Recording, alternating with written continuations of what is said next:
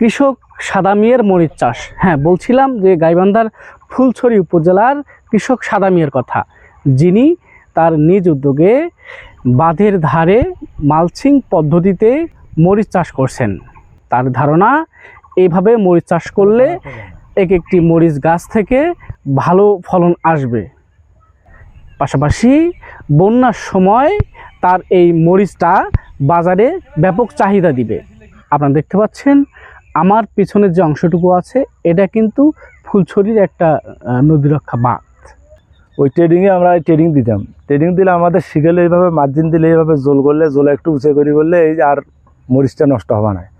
এই মরিচ লাস্টে ফলন দেবে একটা করে গাছে 4 কেজি করে, যখন ধরবে 4 কেজি করে মরিচ ধরবে প্রত্যেকটা। আবার নাগাফার প্লাস আর একটা আছে ধূমকেতু, এই দুইটা জাত আমরা মনে করো 4-3 দিন আগে মনে করো আমরা বইরে থেকে নিয়ে এসে আমরা চাষ করতেছি।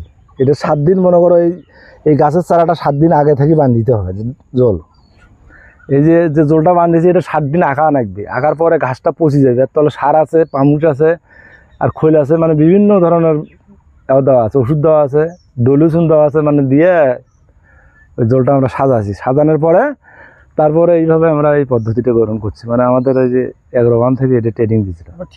এই বুদ্ধিটা আমি নিজে ওই যে এগ্রোবান থেকে আমি এটা শুনছিলাম ওনার কাছে। আপনার এই যে বন্যের মধ্যে করা যায়, বন্যের মধ্যে এটা নষ্ট হবে না, অবদার বান্ধ নষ্ট হবে না, এই বান্ধের কোনো মাটি নামি যাবে না, এই পদ্ধতি দিলে এই মাটিটা নামি যাবে না, এই মাটিটা যেভাবে ওইভাবেই থাকবে।